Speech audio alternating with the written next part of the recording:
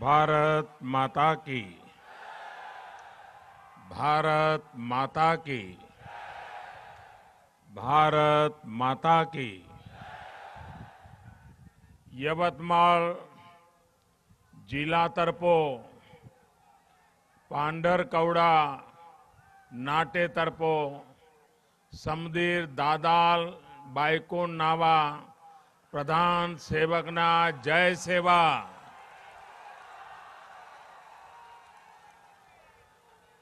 आपला हिद इलाका मातृशक्तीना प्रतीक म्हणता।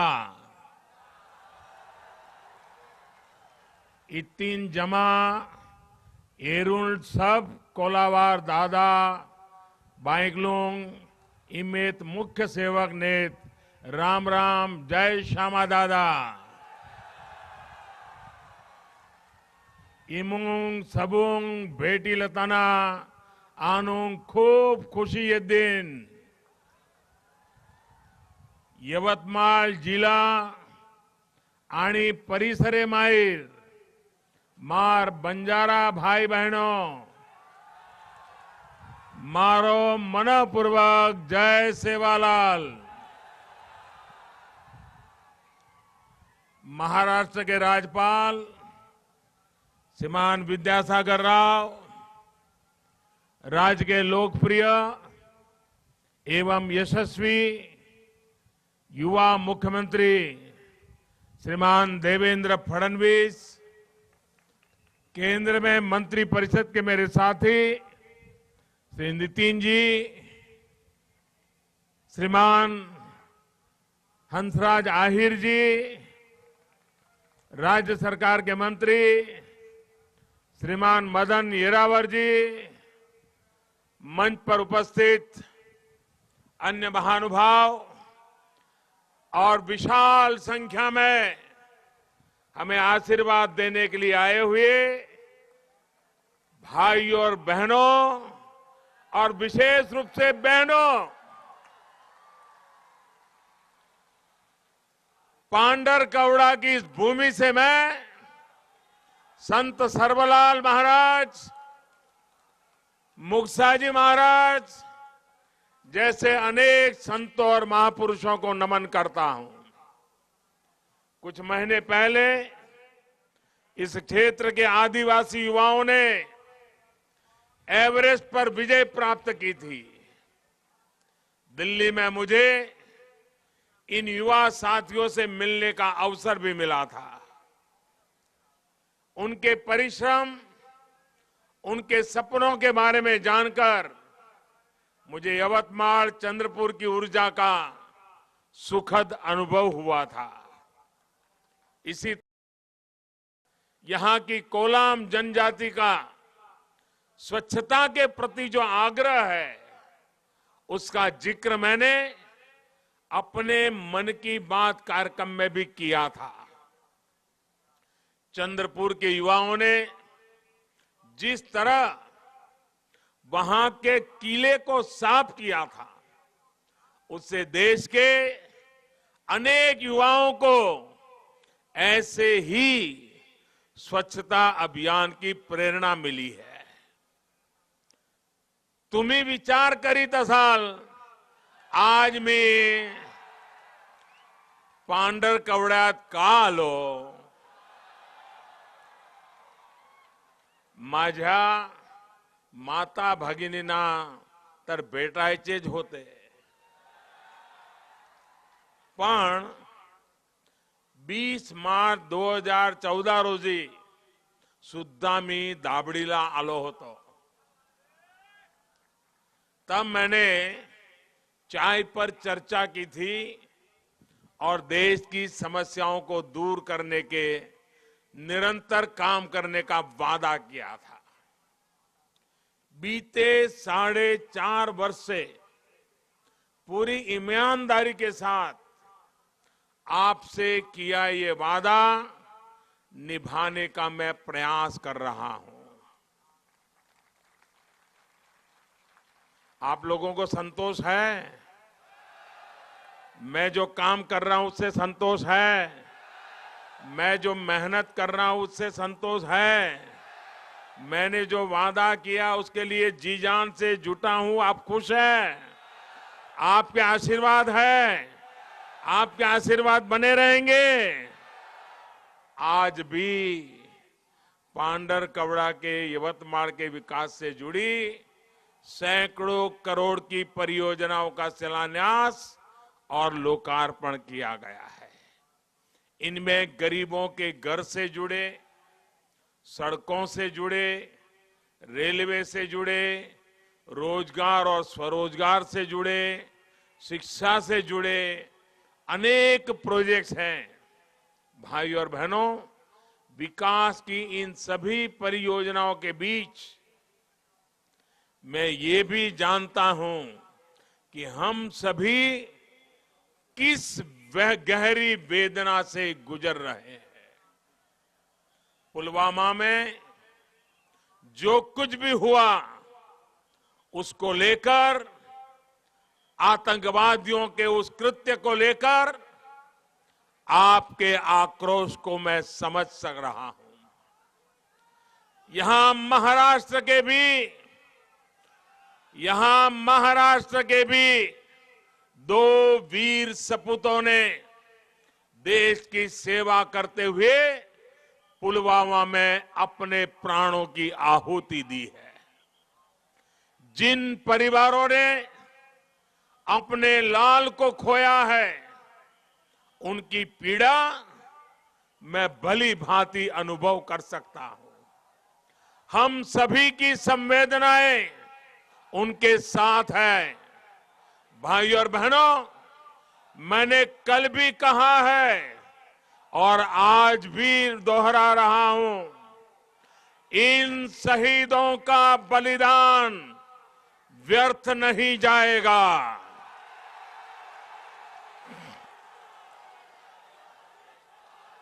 आतंकी संगठनों ने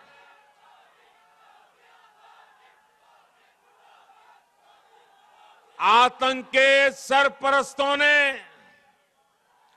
जो गुनाह किया है, वो चाहे जितना छिपने की कोशिश करें, उन्हें सजा जरूर दी जाएगी। हम अपने सैनिकों, अपने सुरक्षा बलों के पराक्रम पर गर्व भी करते हैं, भरोसा भी करते हैं। सैनिकों में और विशेषकर सीआरपीएफ में जो गुस्सा है, वो भी देश समझ रहा है और इसलिए सुरक्षा बलों को खुली छूट दे दी गई है। साथियों, एक ऐसा देश जो भारत के बंटवारे के बाद अस्तित्व में आया, जिसके यहां आतंकवाद को पनाह दी जाती है, जो आज दिवालिया होने की कगार पर खड़ा है, वो आतंक का दूसरा नाम बन चुका है।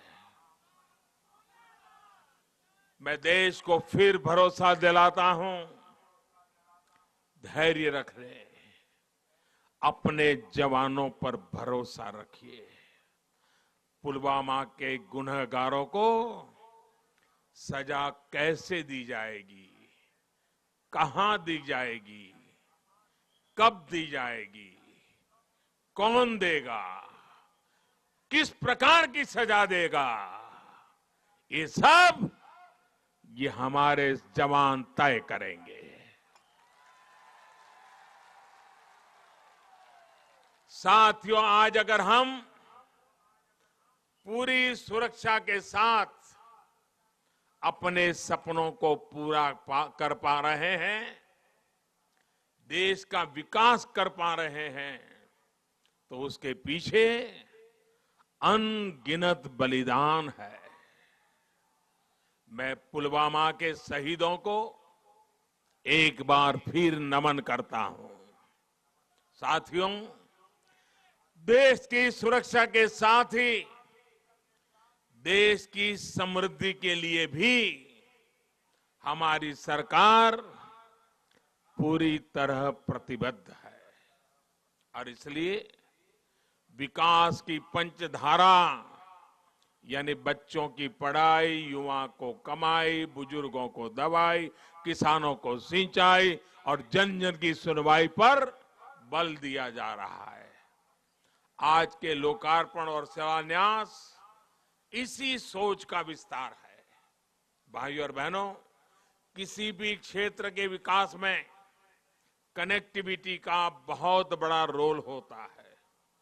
यवतमाल की प्रगति भी यहां की सड़कों और रेलवे से सुनिश्चित होनी है।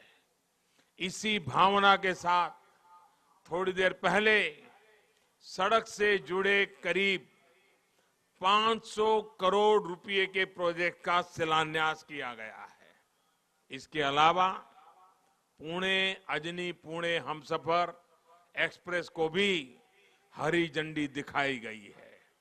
ये ट्रेन दौंड, मनमाड़, भुसावल और बडनेरा होते हुए जाएगी। इससे इन सभी जगहों के लोगों को बहुत सुविधा होने वाली है। साथियों, सड़क और रेल सुविधा के अलावा यवतमाल के 14,500 से अधिक गरीब परिवारों ने आज अपने नए घर में प्रवेश भी किया है। जिनको भी ये पक्के घर मिले हैं उनको मैं बहुत बहुत शुभकामनाएं देता हूं। अब पक्के घर हैं तो सपने भी पक्के होंगे। साथियों, केंद्र सरकार ने 2022 तक हर बेघर को पक्का घर देने का लक्ष्य रखा है और ये सरकार तेजी से अपने लक्ष्य की तरफ बढ़ रही है।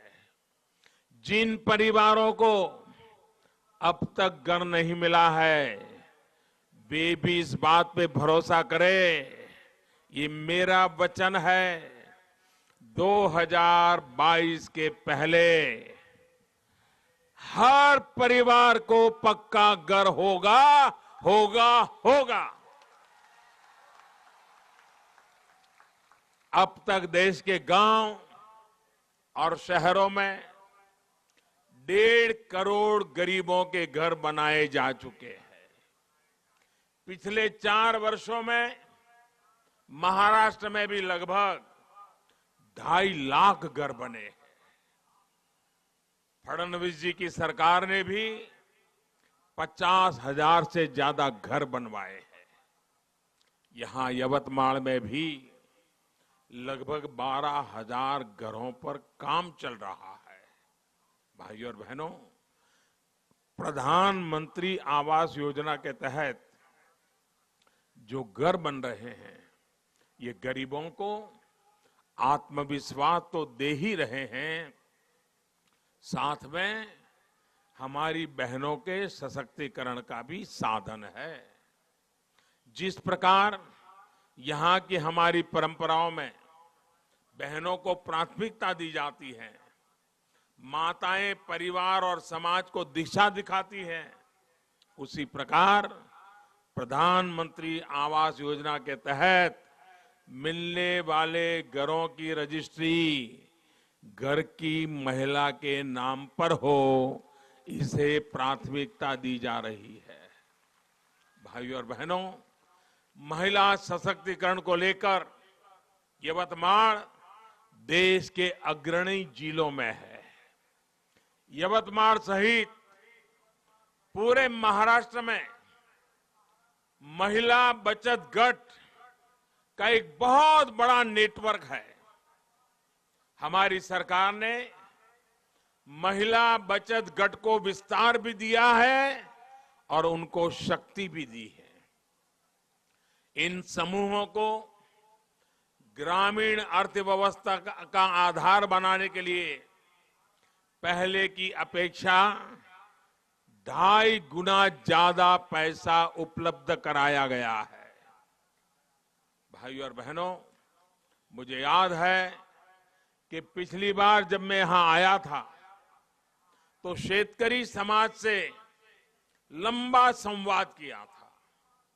आज जब दोबारा आपके बीच आया हूं तो ये जानकारी भी देना चाहता हूं कि हाल के बजट में शेतकरी समाज के साथ साथ जो हमारे गुमंतु समाज के लोग हैं, बंजारा वगैरह जो समाज है, हमारे श्रमिक समाज है, हमारे खेत मजदूर हैं, इन सभी के लिए भी बहुत बड़ी योजनाओं का ऐलान किया गया है। साथियों, पीएम किसान सम्मान निधि के नाम से केंद्र सरकार ने किसानों की सीधी आर्थिक मदद करने की योजना बनाई है। इस योजना के तहत ऐसे किसान जिनके पास 5 एकड़ से कम जमीन है, उन सभी किसानों के बैंक खाते में हर वर्ष 6,000 रुपये दिल्ली में से भारत सरकार की तरफ से जमा किए जाएंगे। महाराष्ट्र के लगभग 1,25,00,000 किसान परिवारों को इससे सीधा लाभ मिलेगा। ये पैसा 2-2 हजार रुपयों की 3 किस्त में सीधा आपके खाते में जमा हो जाएगा और एक बार नहीं, ये हर वर्ष दिया जाएगा। साथियों, इस बजट में सरकार ने गुमंतु समुदायों के लिए भी एक बहुत बड़ा फैसला किया है। यवतमाल जिले में बहुत बड़ी संख्या में ऐसे परिवार हैं जो अपनी जीवन शैली और अन्य वजहों से एक जगह पर नहीं रहते हैं। इतिहास में पहली बार इस समुदाय का ख्याल सरकार ने किया है। अब इन लोगों के लिए सरकार ने वेलफेयर डेवलपमेंट बोर्ड बनाने का फैसला किया है ताकि सरकार के विकास के कार्यों का लाभ इन तक तेजी से पहुंचे। साथियों, सड़कों और घरों के निर्माण से जुड़े, घरों में काम करने वाले, रेहड़ी ठेले वाले, असंगठित क्षेत्र के ऐसे करोड़ों परिवारों के लिए भी पहली बार एक बहुत बड़ी योजना हमने बनाई है। प्रधानमंत्री श्रम योगी मानधन योजना से 15,000 रुपये महीना तक कमाने वाले कामगार साथियों को 60 वर्ष के बाद 3,000 रुपये की नियमित पेंशन सुनिश्चित हो पाएगी। इसके लिए औसतन 100 रुपये का अंशदान हर महीने देना होगा। इतना ही पैसा केंद्र सरकार इन साथियों के पेंशन खाते में हर महीने जमा करने वाली है। भाइयों और बहनों, सामाजिक सुरक्षा के लिए प्रतिबद्ध हमारी सरकार ने आदिवासी समाज के कल्याण से जुड़े बजट में भी लगभग 30% की बढ़ोतरी की है। इससे यवतमाल सहित महाराष्ट्र के अनेक जिलों को लाभ होने वाला है। ये फैसला आदिवासी भाई बहनों के लिए भाजपा सरकार की निष्ठा और उसकी प्रतिबद्धता का सबूत है। साथियों, जमीन हो, जंगल की पैदावार हो, पढ़ाई लिखाई हो, खेल से जुड़ी प्रतिभा हो, हर स्तर पर आदिवासियों के कल्याण के लिए व्यापक प्रयास हो रहे हैं। जन धन से लेकर वन धन योजना तक जनजातीय समुदाय के बहन भाइयों के लिए काम किया जा रहा है। जनधन योजना के तहत बैंकों में लगभग हर परिवार के खाते खुलवाए गए हैं, जिससे सरकार की हर मदद आपके खाते में सीधी मिलनी सुनिश्चित हुई है।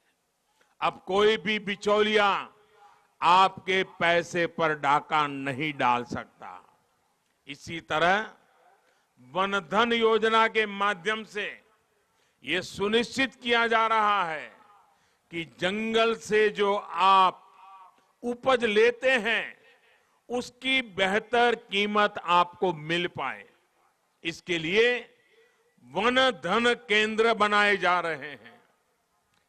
सरकार का जोर वन उपज के वैल्यू एडिशन पर है, मूल्य वृद्धि पर है। जब वैल्यू एडिशन होता है, मूल्य वृद्धि होता है, तो उपज की ज्यादा कीमत मिलती है। जैसे कि कच्ची इमली की कीमत कम होती है, लेकिन अगर उसको पैकेट में बेचा जाए या फिर चटनी बनाकर बेचा जाए तो ज्यादा कीमत मिलती है। साथियों, आप ये भी जानते हैं कि वन उपज पर जो समर्थन मूल्य सरकार देती है उसमें बीते 4.5 वर्ष में 3 बार बढ़ोतरी की गई है। दिसंबर में ही 23 उपजों का समर्थन मूल्य बढ़ाया गया है। इतना ही नहीं, इस दौरान सरकार द्वारा एमएसपी के दायरे में आने वाली फसलों को बढ़ाया गया है। जहां 4.5 वर्ष पहले जंगल से मिलने वाली 10 उपजों पर एमएसपी मिलता था, अब वो संख्या बढ़ाकर करीब 50 हो चुकी है। साथियों, भाजपा की सरकार ने आदिवासियों की कमाई को ही ध्यान में रखते हुए बांस से जुड़े एक कानून में बहुत बड़ा बदलाव भी किया है। अब आप अपने खेत में भी बांस उगा सकते हैं और उसको बेचकर अपनी आय बढ़ा सकते हैं। पहले ऐसा संभव नहीं था, क्योंकि बांस को पेड़ की श्रेणी में रखा गया था। सिर्फ बांस की खेती कर पाए इतना ही काम नहीं किया है, इसको व्यापक बाजार मिले इसके लिए भी काम किया जा रहा है। साथियों, आदिवासी क्षेत्रों में शिक्षा से लेकर कौशल और रोजगार तक के अनेक प्रयास किए जा रहे हैं। हमने जनजातीय क्षेत्रों में एकलव्य मॉडल स्कूल खोलने का व्यापक अभियान चलाया है। इसके तहत 20,000 से अधिक की आदिवासी आबादी वाले क्षेत्रों में स्कूल खोले जा रहे हैं। आज ही यहां पर किनवट के एकलव्य मॉडल स्कूल के नए कैंपस का लोकार्पण भी किया गया है। इस नए कैंपस में 400 से अधिक युवा साथी अपने भविष्य को संवार पाएंगे। साथियों, आदिवासी समाज के स्वास्थ्य को लेकर भी व्यापक प्रयास देश में चल रहे हैं। आज यवतमाल के लिए 3 संस्थानों का लोकार्पण और शिलान्यास किया गया है। हमारे जनजातीय इलाकों में सिकल सेल की एक बीमारी बहुत सामान्य है। विशेष तौर पर विदर्भ में इस बीमारी की बहुत अधिक समस्या है।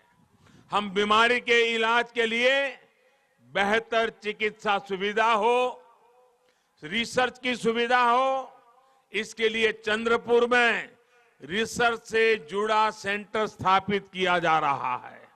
साथियों, आदिवासी भाई बहनों को केंद्र सरकार की आयुष्मान भारत योजना का भी बड़ा लाभ मिल रहा है। इस योजना के तहत गंभीर बीमारी की स्थिति में गरीबों का 5 लाख रुपए तक का इलाज सुनिश्चित हुआ है। अभी कुछ देर पहले ही मेरी आयुष्मान भारत के अनेक लाभार्थियों से मुलाकात भी हुई है। उनके चेहरे पर जो संतोष था, वही आपके इस प्रधान सेवक का मेहनताना है। साथियों, भारत को खेल की महाशक्ति बनाने में आदिवासी नौजवानों का सामर्थ्य बहुत बड़ी भूमिका निभाता जा रहा है। इसे समझते हुए ही आदिवासी क्षेत्रों में खेलों की सेवाओं सुविधाओं को और विस्तार दिया जा रहा है। सरकार का विशेष ध्यान 150 से अधिक आदिवासी बाहुल्य जिलों में खेल सुविधाओं के विकास पर है।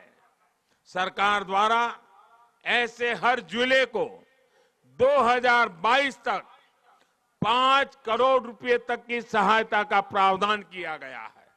साथियों, इतिहास साक्षी रहा है कि देश की आजादी से लेकर देश के विकास में आदिवासी नायकों का बहुत बड़ा योगदान रहा है।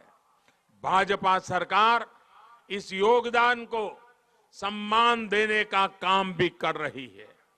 आजादी की लड़ाई में जिन आदिवासी बेटे बेटियों ने बलिदान दिया है, उनकी याद में देश भर में स्मारकों का निर्माण हो रहा है।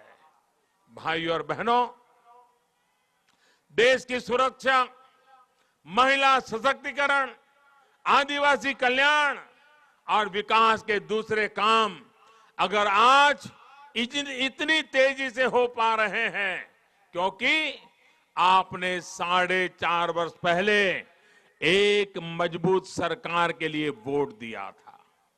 आज सरकार साफ नियत के साथ स्पष्ट नीति बना रही है तो आपके एक वोट के कारण संभव हुआ है।